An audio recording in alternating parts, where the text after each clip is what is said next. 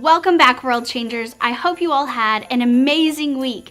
We're about to get started in just a few minutes, but to make sure you're all warmed up and ready, we're going to get started with worship. Let's all stand up and sing together.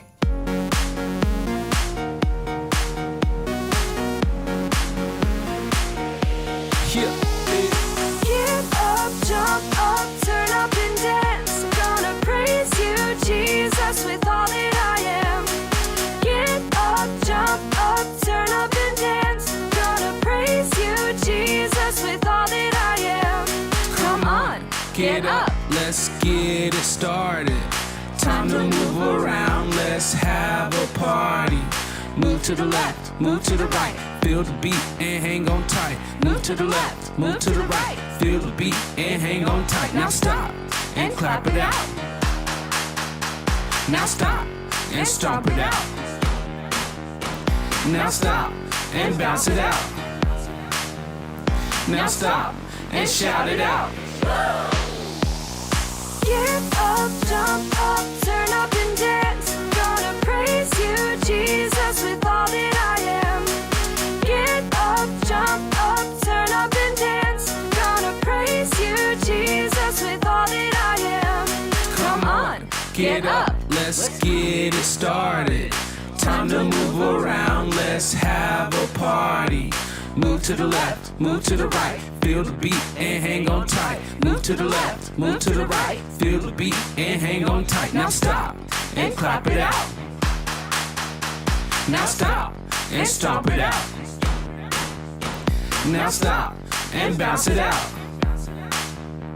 Now stop and shout it out. Yeah.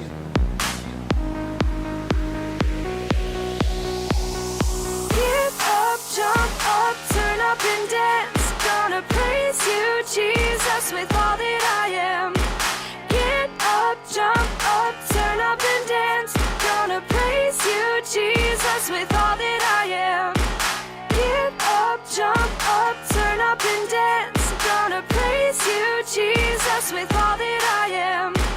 Get up, jump up, turn up and dance. Gonna praise you, Jesus, with all that I am.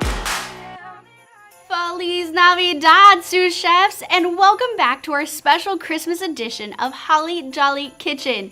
It's a great day for you to be tuning in because Christmas time is getting closer and closer and closer and closer. I can't keep myself from singing these days. I have so many Christmas time songs, and there's no better way to keep the cooking cheer lively in a kitchen than to sing loud for all to hear.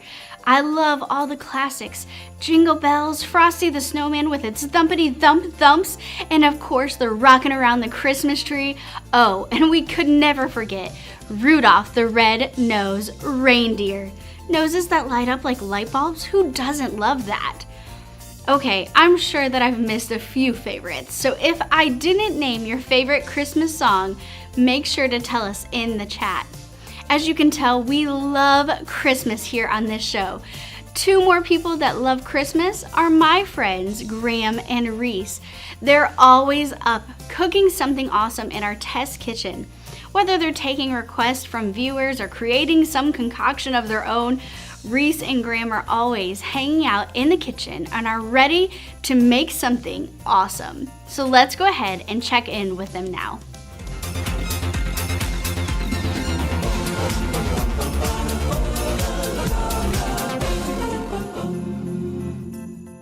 Hey Graham, has our latest test recipe come into the kitchen yet? You mean this old thing?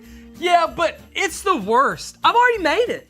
Oh, hold up, you want to turn that saute down to a simmer and tell me what you're talking about? What do you mean you already made it? We're a team.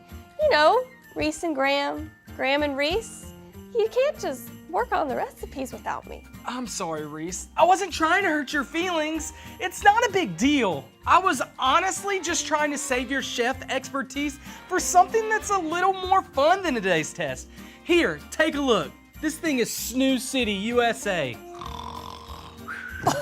Hold the holidays. What kind of a challenge is this? Couldn't we have tried something a little more difficult than a no-bake cheesecake? See, now you're feeling me. Somebody sound the alarm to wake me up because this cake is boring. Okay, my bad, Graham. I should know by now if you say it's not a big deal, then it's cooler than Frosty on a Christmas morning. You know, I've eaten a lot of cheesecake over the years. There was that one with the milk chocolate and the white chocolate and then the dark chocolate, and it was covered with Oreos and milk chocolate sauce. That cheesecake was amazing. Oh, and do you remember that time when I baked that one that was like, if a birthday cake tornado ran right into a cheesecake volcano and exploded into the best thing I've ever tasted? Oh man, that cheesecake was the best. But looking at the plan for this cheesecake, not so much. Yeah, well, I guess it's about time I get this boring, blah-de-da-de-da, no-bake cheesecake out of the oven. Stop right there, sous chef. The oven? You put this no-bake cheesecake in the oven to bake? What in the whisk happened to this thing? Well, let's take a look at our plan real quick. You put this cake in the oven, but this cake is a no-bake. So when you bake a no-bake cake, you get whatever this is. Oh, I was wondering why this thing called for ice cubes. I was thinking this would be so boring that I really didn't have to pay attention to all the details. Yeah, Graham, this cheesecake was supposed to be sitting in the freezer for the last 30 minutes. Oh no! Okay. Don't freak out. We need a plan. Let's just take it from the top. Do you mean start over? Well, that would work out for us if this cake wasn't supposed to be finished by 3 p.m. I think we're in a bit of boiling water here because it's 2:15 and this recipe takes a total of 3.5 hours to make from start to finish, and there is no way we're going to have this bad boy ready in the next 45 minutes. Well, what can we do now? If we had a time machine, I could go back a couple of hours and force myself to follow the plan. Okay, Reese, that's the only answer. I need you to help me find a time machine. Do you think we can get one of those? Yeah, right, Graham. I wish, but we both know there's only one thing we can do. Okay, well, I guess since I'm the one that got us into this craziness, the least that I can do is call someone to help get us out. Oh, Ginger Snap. Oh, Ginger Snap is right. That dessert looked pretty rough. Seems like Graham and Reese forgot the first rule of cooking, and that's always follow the plan that the recipe tells you. Now, if you've ever been in a kitchen, you've probably seen a recipe book. This is every chef's best friend. When you follow the recipe exactly, you get an awesome end result that you and all your friends, or in our case, viewers like you, can enjoy. But just like we saw with Graham and Reese, not every recipe will turn out to be something that you want to eat. Graham didn't follow every step in the directions, and it made a big difference. Fortunately for them, I like to run my kitchen on God's recipe book. This is not one that shows us how to make Christmas cookies or wacky cakes or pumpkin pies. This recipe book helps us to know how to make right choices inside and outside of the kitchen. That's right, it's the Bible. Seeing Graham struggle to follow the plan reminded me of a time when a man from the Bible named Joseph was faced with a big choice. He had to choose whether to believe if God really had a plan for him or not. Let's take a look.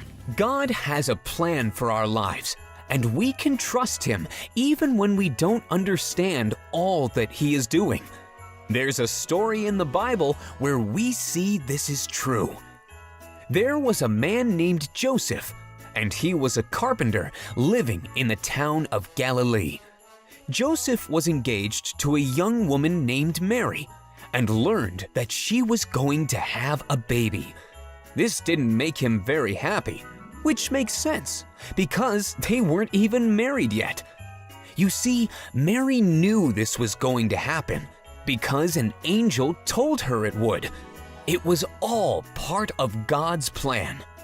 One night, while Joseph was asleep, an angel from the Lord came to him in a dream. The angel said, "Joseph, son of David, don't be afraid to accept Mary to be your wife. The baby inside her is from the Holy Spirit. She will give birth to a son. You will name him Jesus. Give him that name because he will save his people from their sins." This all happened exactly how God said it would, many, many years earlier. God told his people that one day a special woman would be pregnant and give birth to a son. This baby would be called Emmanuel, which means God is with us. This is another name for Jesus.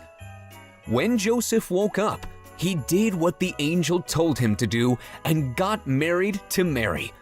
God had a plan for Joseph and Mary, and they trusted his plan. Even though you may not be sure about what God is doing through some of the crazy things happening in your life, you can trust him. God did have a plan for Joseph and Mary, and God has a plan for your life too. As you saw from that story, Joseph was having a hard time believing that God had a plan for him and his future wife Mary.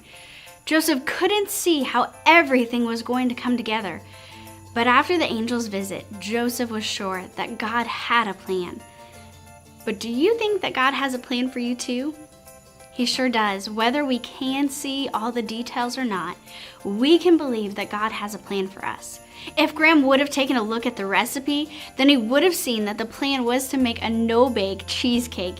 And you and I can look at God's recipe book, the Bible, to see that he has a good plan for each one of us. Whenever we have a hard time believing that everything is going to work out, we can remember that God always has a plan. God has a plan for all of us. He loves us and he wants what's best for us.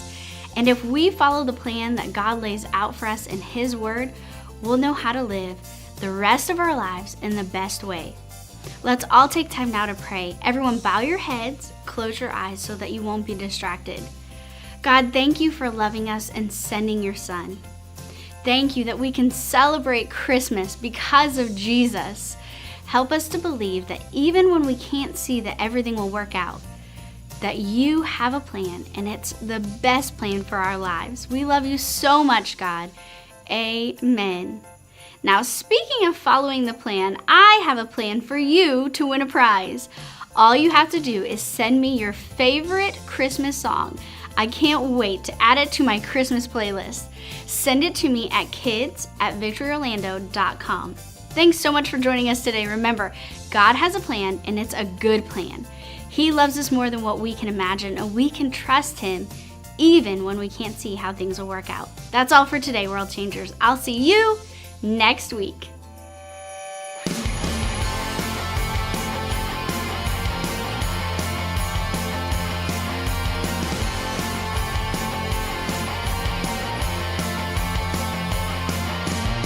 Angels we have heard on high, sweetly singing o'er the plains and the mountains in reply, echoing